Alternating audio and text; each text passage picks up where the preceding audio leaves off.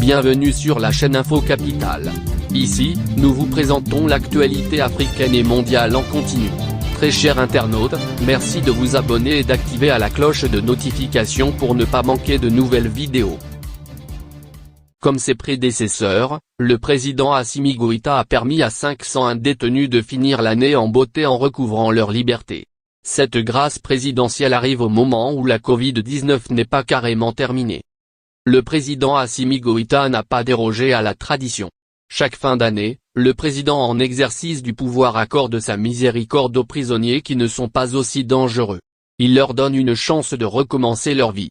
On appelle cet acte la grâce présidentielle.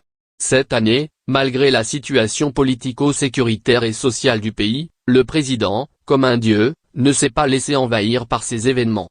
C'est ainsi que le 31 décembre dernier, sur instruction du président, le ministre de la Justice, des Droits de l'Homme, garde des Sceaux, Mamadou Kassogué a procédé à l'exécution de cette demande de mise en liberté de 501 détenus. 292 ont une remise totale de peine et 209 une remise partielle.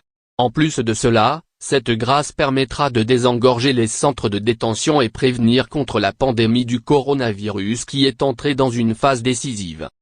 Par ailleurs, cette attitude humanitaire du président de la transition envoie un message à certains qui, à la première heure, avaient pris les actes du président comme un retour aux heures sombres de l'histoire du Mali.